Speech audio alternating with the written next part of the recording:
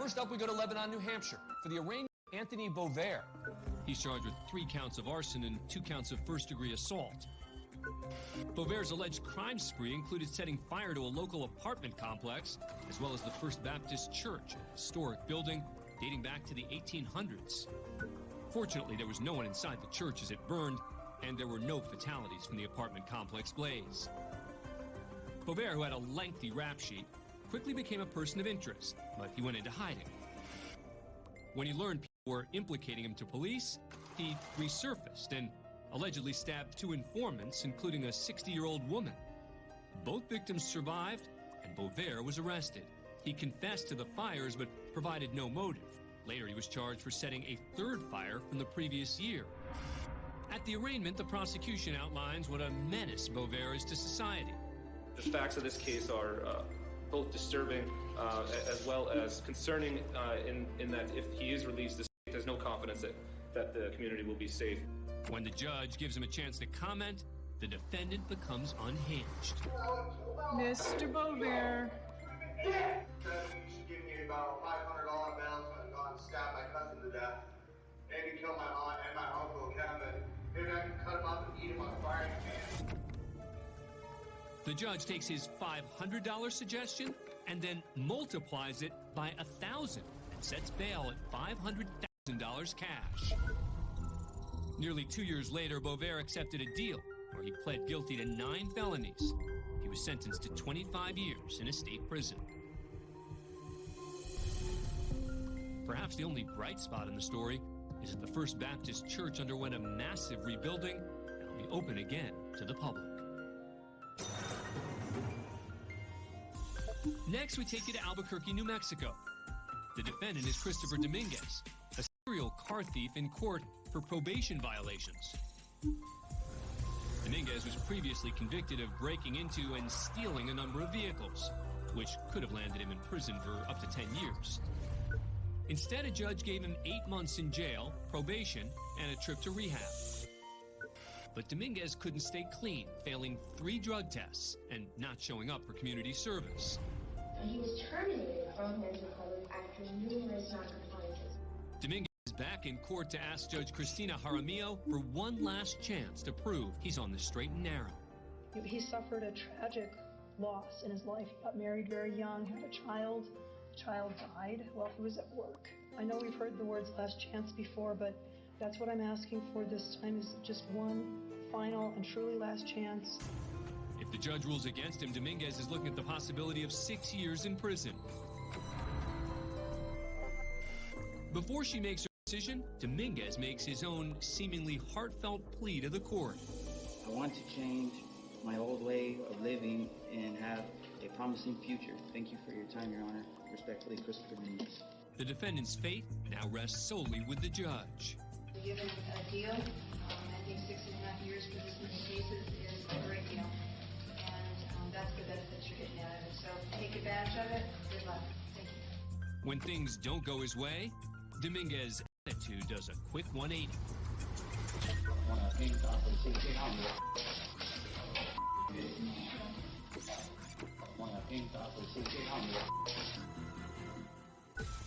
Minus the time he's already served, Dominguez is handed a sentence of 5 years and 8 months for his crimes. His next stop, New Mexico State Prison.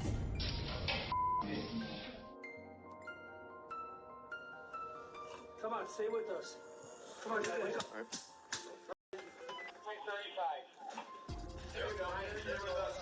Next, we head to the Cook County Courthouse in Skokie, Illinois, for an incident that shows that not all activity happens in the courtroom. Sometimes it happens in the courthouse bathroom. A 24-year-old male found unresponsive, apparently from a drug overdose. Come on, stay with us. Have a needle, paperwork. Cook County Sheriff's deputies are on the scene and immediately try to revive him. Come on, guys, wake up. Stay with us. Everybody. They've just given the man naloxone, a drug designed to reverse the effects of opioid overdoses. But there's no guarantee it'll save his life. Do you know his name? There's a med bottle right behind us. Come on, guys, wake up. Everybody. Sorry for anything at the moment. There you go. There you go. Whoa. Okay.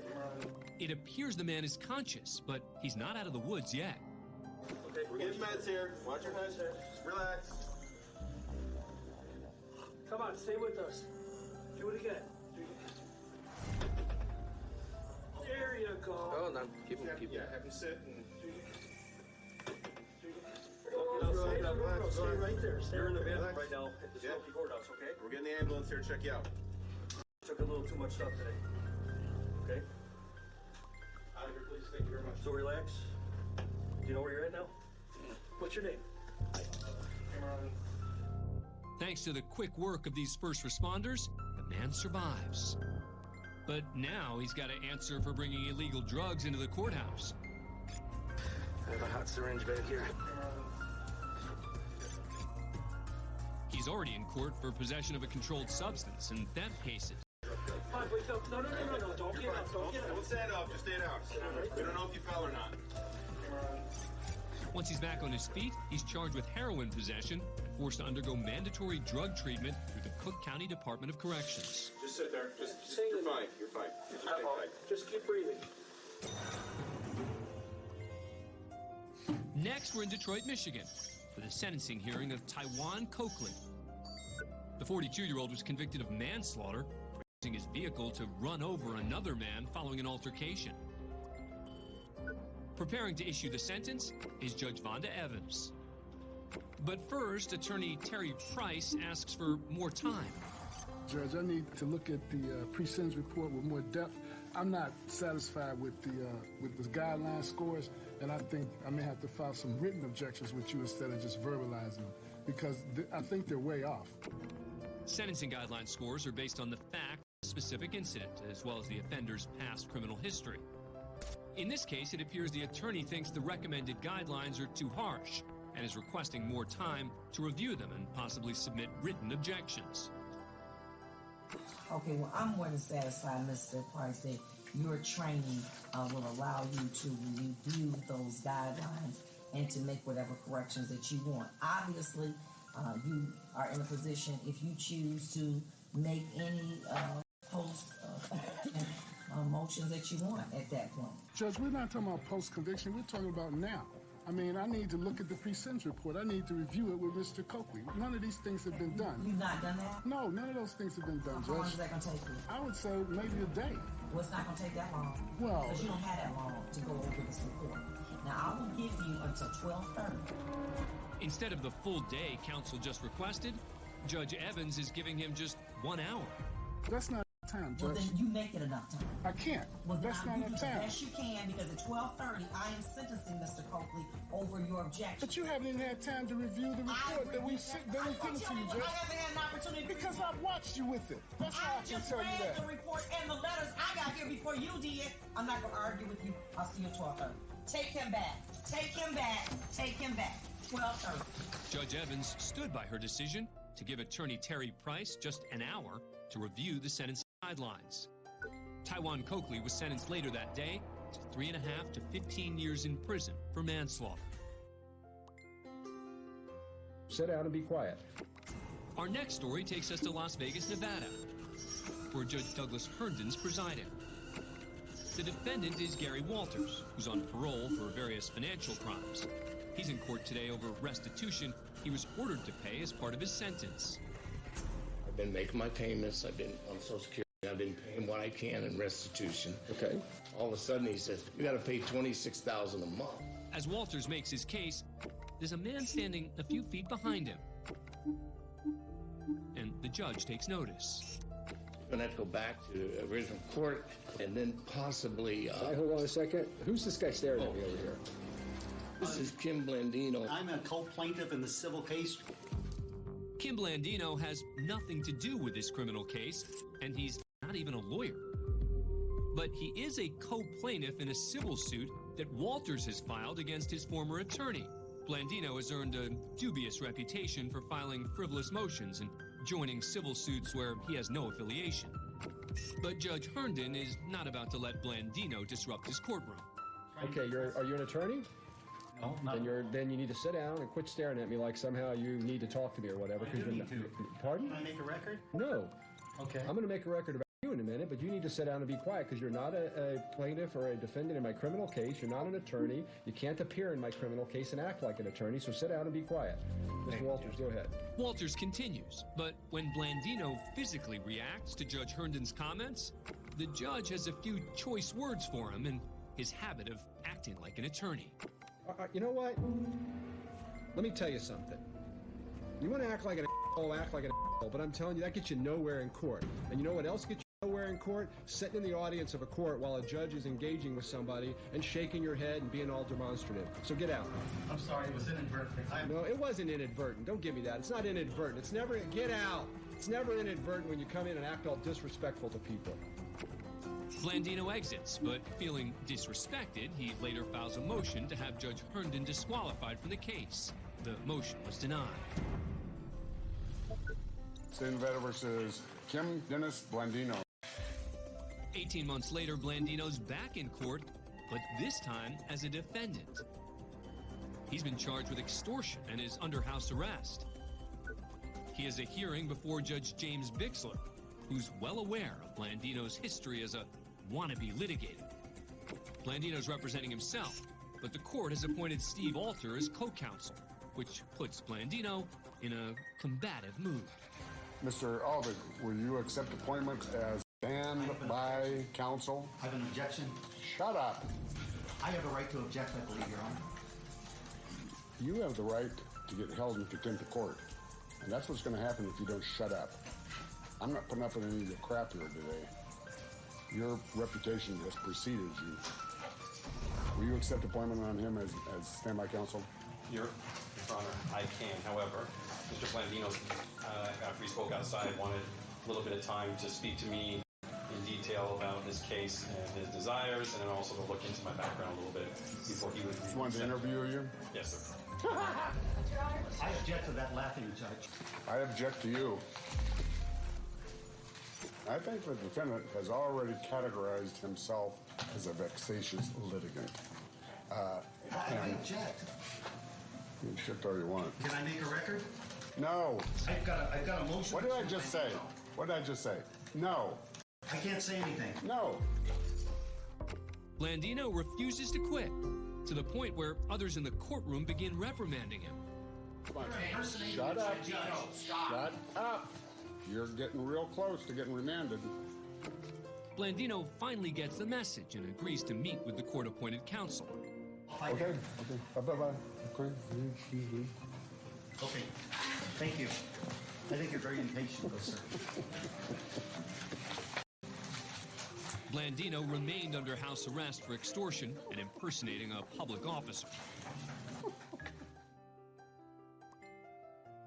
Avery White, floor, please.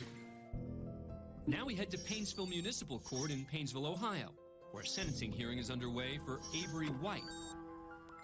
White pled guilty to criminal mischief after he was caught spray painting graffiti on a train caboose owned by Grand River Railway. He potentially faces 10 days in jail. Now, this may seem like a typical small-town crime, but Michael Cicconetti isn't your typical small-town judge. Before sentencing, Judge Cicconetti gives White a choice between jail or a more creative punishment. So you have your choice of 10 days in jail, to be determined by probation, or we were looking yesterday at those railings right out in front over here with Dave, and they really need painting. And the black railings are somewhat decorative, they're not used, but they're in horrible shape, they have rust on them. So if you want to do some painting, instead of going to jail, you can do that, okay? You can scrape them. White quickly agrees to painting the railings instead of jail time, but there's a catch. You're going to go ahead out there and do the railings, you're going to scrape them and then paint them. The only difference is, you want to do fine arts, you're going to paint them with this. So you take your choice, what is it? The young graffiti artist may not be used to working with a toothbrush, but considering the other options, 10 days in jail, he can work with it. I'll take the second option, Your Honor. Judge Cicconetti has built a reputation for handing down creative sentences over the course of his years on the bench. In one unusual hearing, Judge Cicconetti allowed a woman who assaulted a man with pepper spray to receive the same treatment in court. Fortunately for her, instead of pepper spray, the canister was filled with water. In another case, he ordered a man caught mowing obscenities into his high school lawn to cut his team's football field with an old-fashioned push mower. Judge Cicconetti retired in 2019, but he's remembered for coming up with unforgettable punishments for some pretty forgettable crimes. Joining me now is the judge from that story, retired Judge Michael Cicconetti. Thank you very much for joining us. We appreciate it. Give us a sense of what made you start handing down these creative sentences. Well, I mean, it was pretty much by accident. It was a person that had not stopped for a school bus. And I had seen people pay the fines, and I'm starting to see repeats on there. And I said, there's got to be a better way to prevent these people from doing that. So I gave her a choice of suspending her license for 60 days or ride in the school bus for a shift, a morning shift, get up at 6:30, go with all the elementary kids. And I wanted her to see the danger. And, when she finished, she came back and said, that's what I needed to see. I understand now. I really didn't understand the dangers of what I was doing and the lives that I was putting in danger. Has anyone ever chosen the jail time over the creative sentence? I've never had a defendant choose jail time over the creative sentence, ever. How'd you decide to come up with a toothbrush in this particular incident? I was out for my walk, and I'm walking by the courthouse, and I look over at the railings. I said, oh, my God, those things look like crap. I should call building maintenance and have them come on and do something with that. I said, you know what? I should call the maintenance department. Why don't I just have this kid paint the railings as a punishment? And then as I'm about ready to say that, I go, hey, you know what? Let's make it a little more creative. Let's have them do it with a toothbrush. I needed the publicity to show other people you can't go around and spray paint these the boxcars. Everybody thinks, oh, that's harmless. No, it's not harmless when you do that.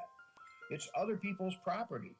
So that was the lesson that was designed to do, and that's why I did it. What do you say to those who say this is kind of grandstanding on your? I don't deny that, and I think because I do a little bit of that and generate a little bit of publicity, it prevents other people in our area and in the community and maybe other people around the nation from committing those offenses. Have you ever received criticism from other judges, your peers? Other judges, no. But every once in a while, I'll get the ACLU. They'll start screaming about, this type of punishment is not permitted by the constitutional. It's cruel and unusual punishment. Then fades out after a while. So, I never worry about that. I never worried about criticism. Everybody makes mistakes.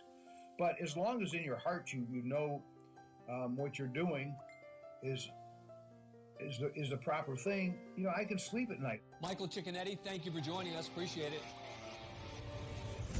That's all for this edition of Court Cam. I'm Dan Abrams. Thanks for watching.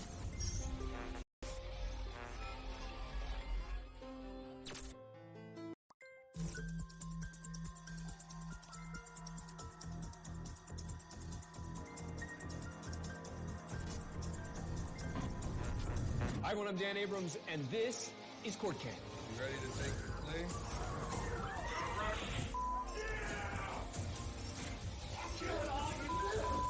I hope you die in prison as well.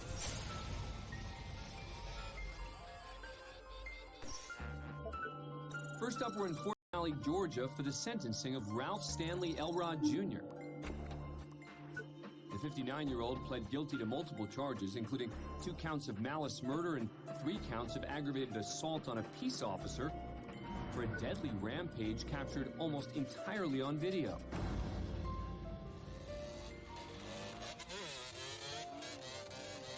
The cell phone footage shows 2 young men riding motorized vehicles down Elrod's street when he allegedly stops by pointing a shotgun at one of the riders.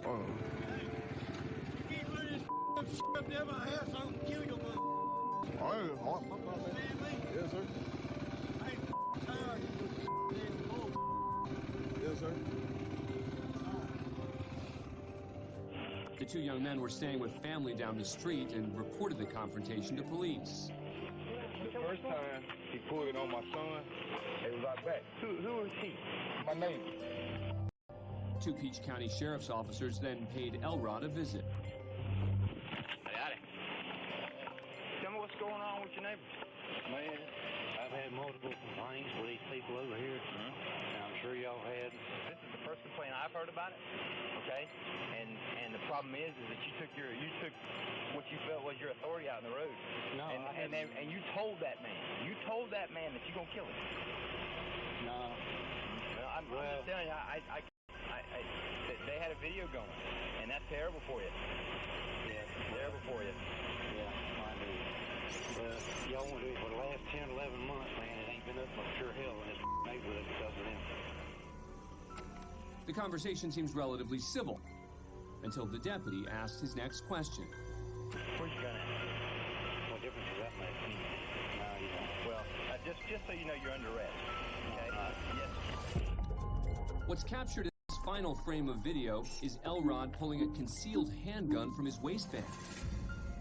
He would use it to shoot and kill both responding officers, 41-year-old Sergeant Patrick Sondran and 37-year-old Deputy Daryl Smallwood.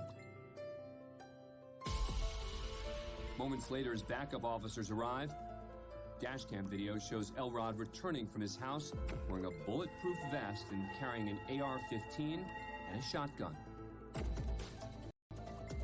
But before he can take full cover in front of a police cruiser, an officer's shot hits Elrod in the side as he opens fire.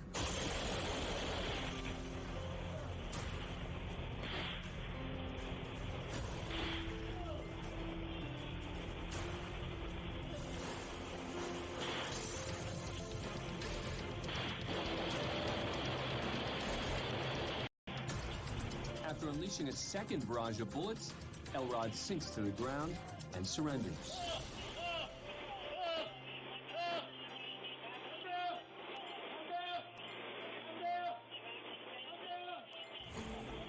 No other officers were harmed in the shootout. Ralph Stanley Elrod was arrested and charged with a host of violent crimes, including murder. Sir, you are Ralph Elrod? Yes. Got that. All right. Mr. Elrod, you've been charged with the offense of murder. At his first appearance hearing, the judge explains Elrod's situation as well as his rights. This is the most serious charge we have. It carries a maximum penalty of death. You understand that? That's right. And because of that, you're entitled to a lawyer. Do you understand that? Yes, sir. All right. Do you have a lawyer? No, sir, I don't. You know, obviously, you always have the right to represent yourself. I think that's a colossally bad idea, terrible idea to do that. But at this point, you'll be held until somebody makes a bond motion and a judge can rule upon that. You understand? Yes, sir. In exchange for his guilty plea, the district attorney agreed not to pursue the death penalty. Now, at Elrod's sentencing hearing, 2 years after the officers were killed in a courtroom full of their fellow officers, members of the victims' families share their impact statements. My dad was a great man. He changed my life for the better. It's wrong for me to say that he died, because he didn't die. He was taken from us. He was murdered for wearing a badge. He wore a badge not because he had to put it on, but because he wanted to. I'm here today to speak on behalf of myself and my son, a sweet, precious, innocent child who is far too young to fully understand what has led us to the courtroom today. Wyatt turned 3 years old a little less than 2 months prior to the senseless murder of his father. I cannot tell you how many times Wyatt has asked me why. Why did a man have to kill my daddy? Why did my daddy have to die? Why do my friends have a daddy and I don't? What do I say to that? How can I explain to my son something that I don't understand myself? I pray this man never walks free again. I want to be able to say to my child with confidence that the bad man will stand forever in prison until he meets Jesus for his real judgment. For today, judgment will come in the courtroom. Ralph Stanley Elrod Jr. was given 2 life sentences without parole, plus 100 years for the murders of Sergeant Patrick Sondran and Deputy Daryl Smallwood. Next, we head to San Diego, California, It's 1:40 a.m. outside the Edward J. Schwartz Federal Courthouse. Things seem pretty quiet. But watch as a hooded figure arrives and places a bag in front of the entrance.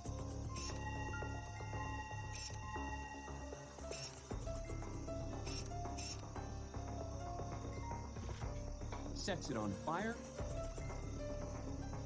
takes off. The flames quickly travel up the courthouse doors. Then,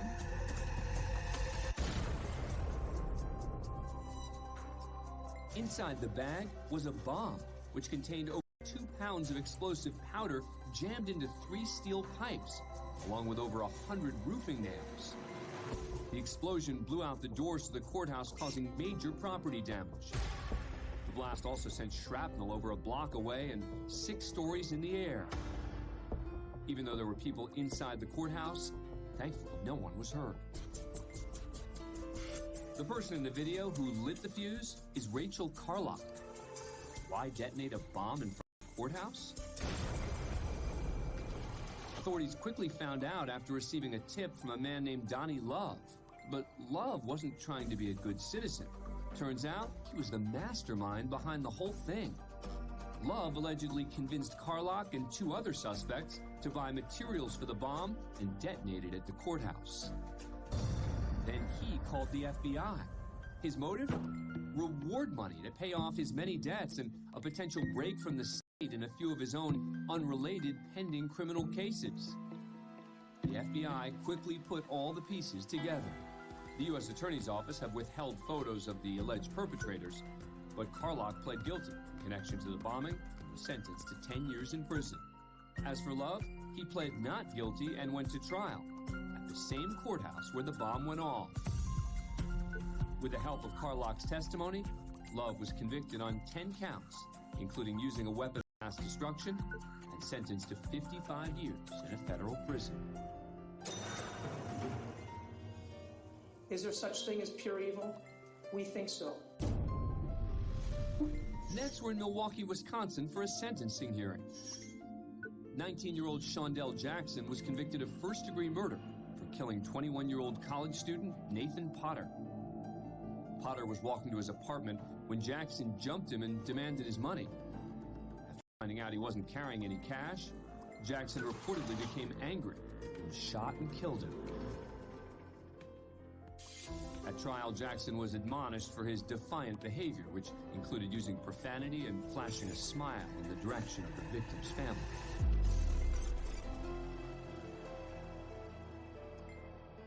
After being disrespected by Jackson at the previous hearing, the victim's father addresses the court during sentencing. Judge, there is nothing that can be said to bring back our Nathan. But your sentence can ensure that Shondell does not have the opportunity as a free man to inflict pain like this again. Is there such thing as pure evil? We think so. When given the chance to speak, Jackson offers little more than a plea to save his own life. I apologize for my behaviors. Please don't take my life from me. In Wisconsin, first-degree murder brings a mandatory life sentence, but it's up to Judge Rebecca Dower to decide if Jackson will ever be offered the possibility of parole. I am going to sentence Mr. Jackson to life imprisonment without possibility for extended supervision. The judge's ruling does not sit well with Jackson. He turns towards the gallery and shoots a menacing glare in the direction of the victim's family before a deputy forces him to look forward. I know that that is something that is reserved for the most serious of cases, and I believe that this case rises to that level.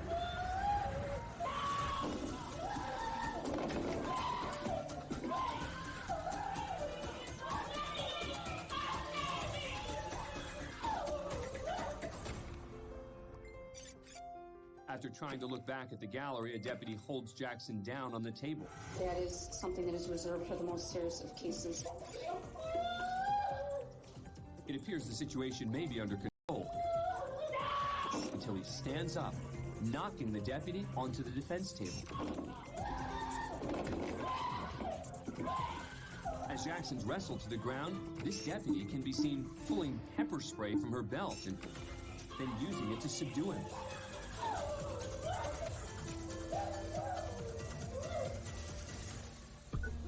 Shondell Jackson is currently serving life without the possibility of parole for the murder of Nathan Potter. Next, we're in Mount Clemens, Michigan for the sentencing of Nathan Hines. The 21-year-old pled guilty to operating a vehicle while intoxicated, causing death, after he struck and killed a 44-year-old motorcycle rider.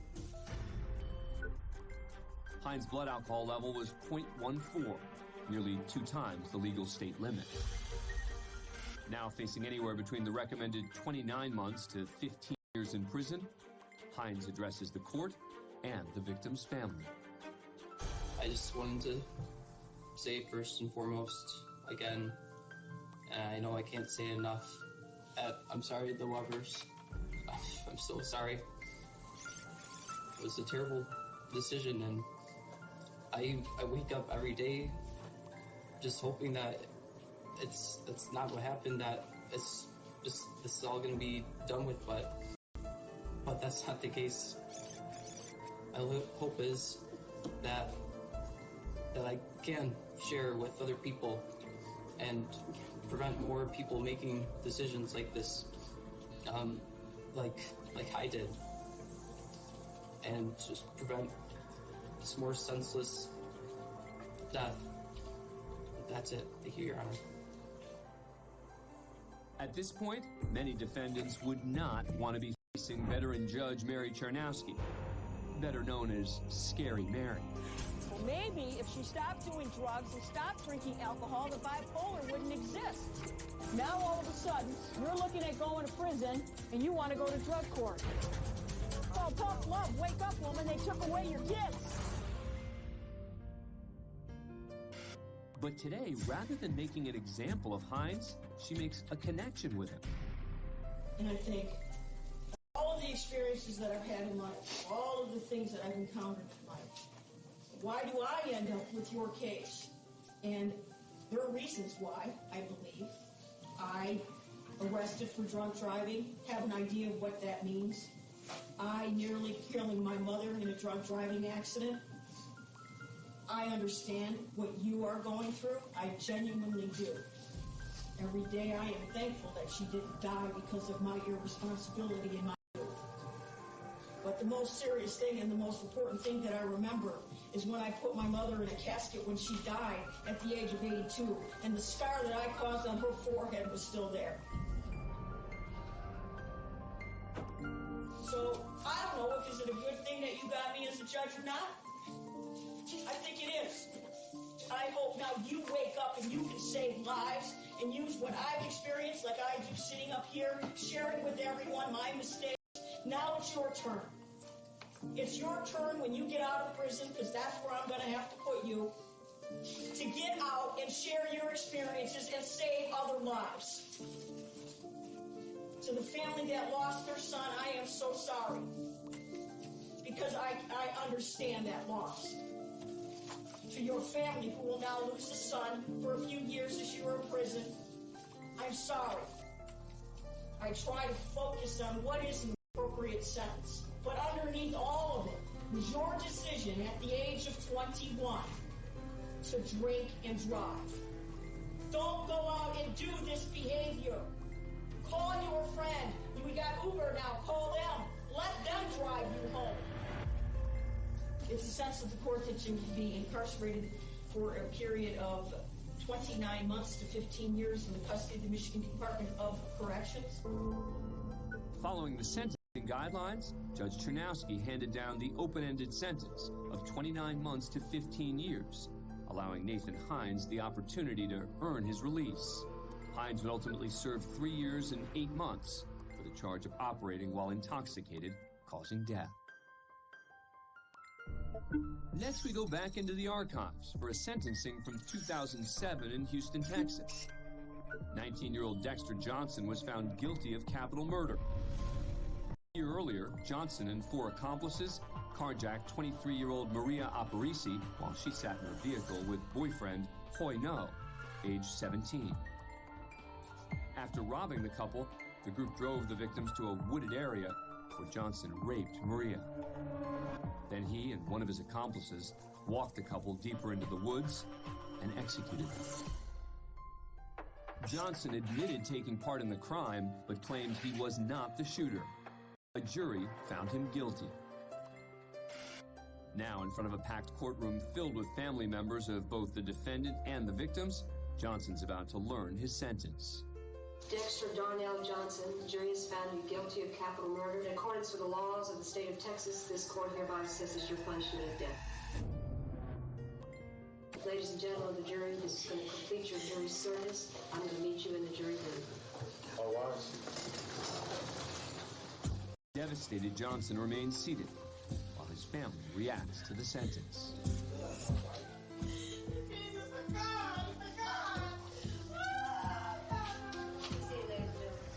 When suddenly,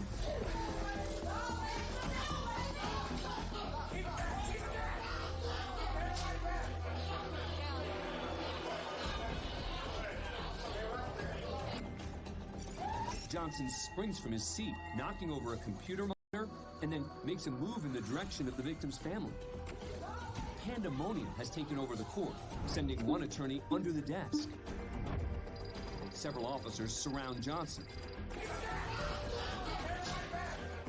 while others try to keep the gallery at bay.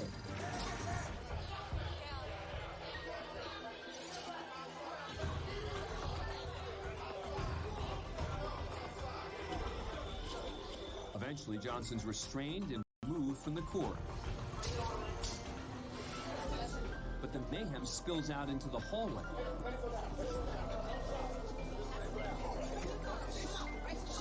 One family member so upset, she requires medical attention.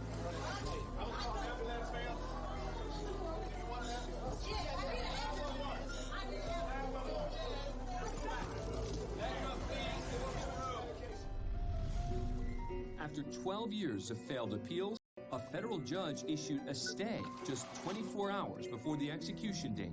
The reason? Johnson's attorney argued he was intellectually disabled and therefore ineligible for the death penalty. The case continues to be argued, and Johnson still remains on death row. 3 of Johnson's accomplices received sentences of life in prison with no chance of parole, while a 4th was sentenced to 25 years. That's it for this edition of Court Cam. I'm Dan Abrams. Thanks for watching.